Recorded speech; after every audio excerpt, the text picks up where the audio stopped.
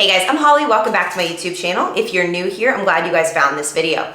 I posted a few months ago a tapering video, what I do leading up to my race, and you guys requested one for the week after the race, or maybe even the couple weeks after. How to feel better much quicker, how to feel strong again, how to be ready for either another race or another training block.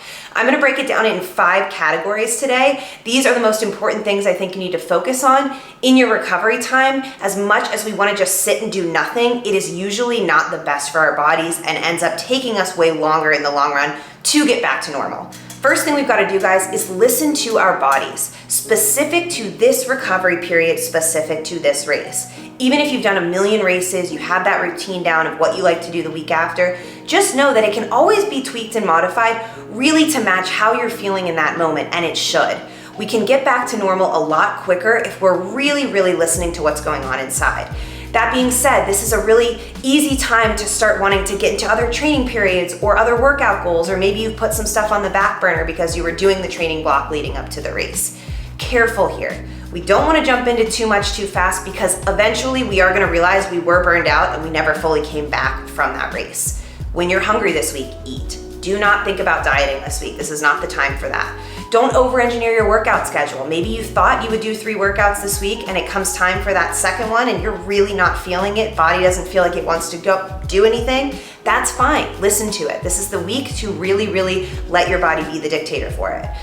Other than that, guys, if you ran for speed, you might have done a 5K for time just now and you've really blown it out of the water. Don't think that that has less effect on your body than someone running a marathon for the first time.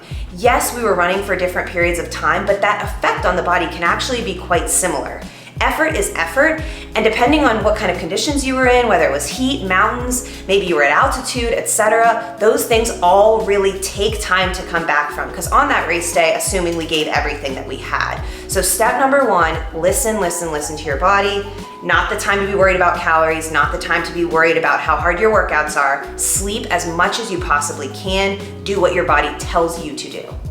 Second thing we're gonna focus on this week is blood flow. Blood flow, circulation, that's gonna be what heals us up faster. The more we can enhance that and create that blood flow, the quicker we will feel normal again. As we know, when we work out or we make that hard effort during a race, little micro tears are happening to our muscle fibers. That is how we get stronger. We break down to build back up stronger. When we add blood flow to the equation, we can actually make the healing happen a lot quicker. When you guys see any swelling of any kind in your body, that's actually your body trying to repair that area. It's actually a good thing, typically. So we want to keep things moving through here, and as we see our body respond to the effort that we just made, we do not want to sit in our pain, sit in stillness. That is not going to be what repairs us quicker. We want to keep things moving. Here's a couple things you guys can do. Compression sleeves, awesome. That can be great, especially if you're flying back from your race. As soon as you take those things off, blood goes to the area, you're going to get that repair happening. Normatec sleeves, those are awesome. I've shown you guys in some of my vlogs. They are pricey, but there are things like it you can do. Even a simple foam roll, getting on that mobility ball, pushing and adding pressure to the area and then releasing it, blood goes to that area to repair. Another favorite of mine, legs up the wall. Lay on the ground with your butt up against the wall, legs are up, let that blood drain out of the feet. Maybe 5 to 10 minutes, bring it down, walk around. Light movement, really light movement, keeps the body moving and repairing and recovering. Again, that stillness is just letting the blood kind of sit and pool where it is. What we want is to keep things moving along with some good circulation that's not overexerting on the body. So do these things, keep that blood flowing, use compression where you can, massage gun even. Obviously massage is great to keep things flushing out. Lots and lots of water as you get things moving through, but we want the repair to start happening basically immediately after we finish.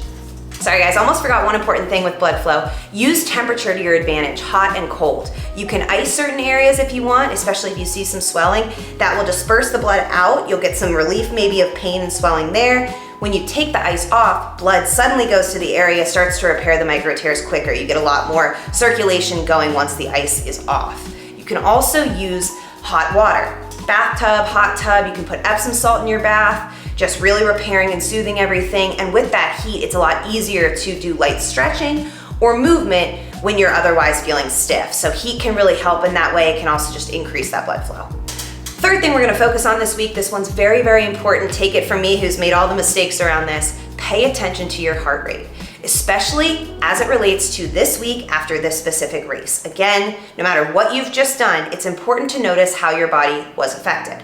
For those of us who just finished a very long effort, you were huffing and puffing for several hours, maybe a day, maybe multiple days, those stage races, things like that, our body kind of goes into fight or flight. What I've noticed, especially after my 100, in the couple weeks afterward, even the lightest, smallest activity would shoot my heart rate way up. It would be right at the max within a few minutes. That's not normal for me, and I know that. And what I think was happening, the research that I did, when we finish something long, our body goes into, holy shit, are we about to do that again? It kind of is like that response. It's just letting you know, whoa, we're not there yet. We can't do that yet.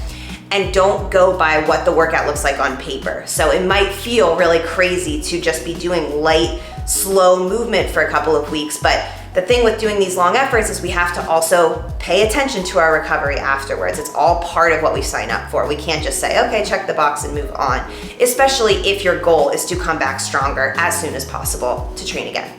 So pay attention to that heart rate, especially as it relates to how it was during your normal training block. If you used your watch to track that, go off of those numbers. Even if it's not quite accurate, at least it's relative to what data you already had. You can use the heart rate strap, keep monitoring there, but if anything's spiking in the first couple minutes of even like a light jog, that's what was happening to me. I'd be 160, 170, even, a very super slow jog for 1 minute. That's not normal for me. So I would know, okay, I gotta slow down, tell my body we are not in the danger zone anymore, we're gonna be okay, just letting it know it doesn't have to be on high alert. So keeping the cortisol levels down as well. So stick to light movement, really monitor that heart rate as you come back.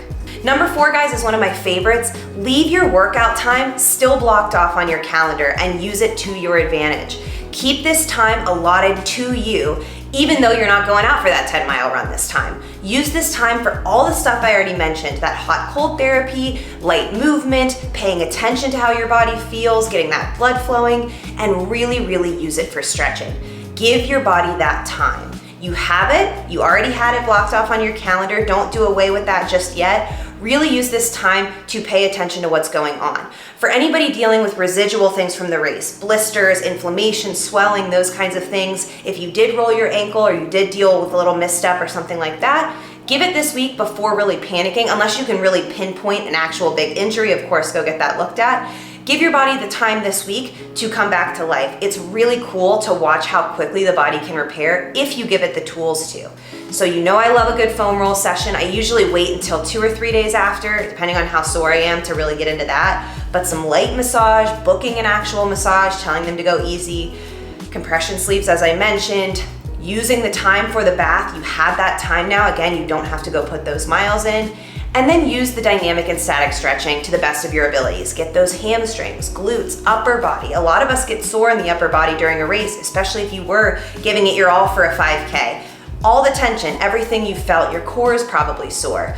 Really spend that time. You have the time to stretch now. It's not an add-on, it is the actual main event.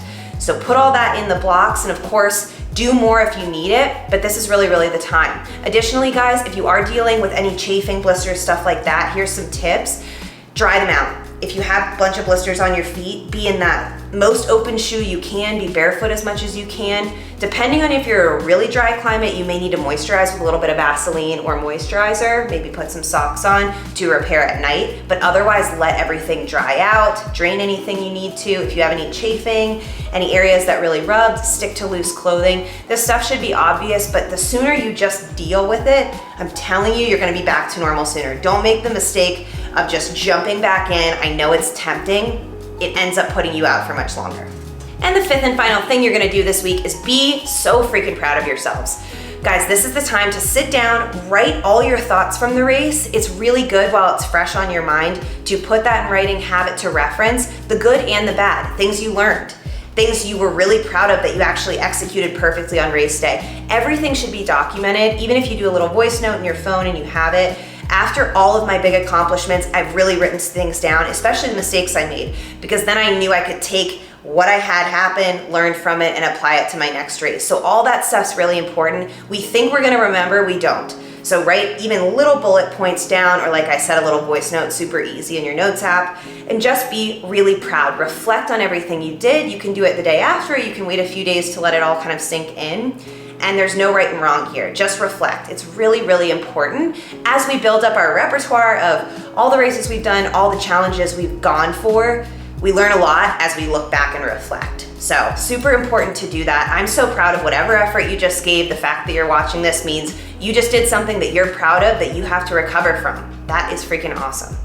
Love you guys so much. Thank you for watching. If you have other video requests, please drop them in the comments. I will see you guys soon. Bye.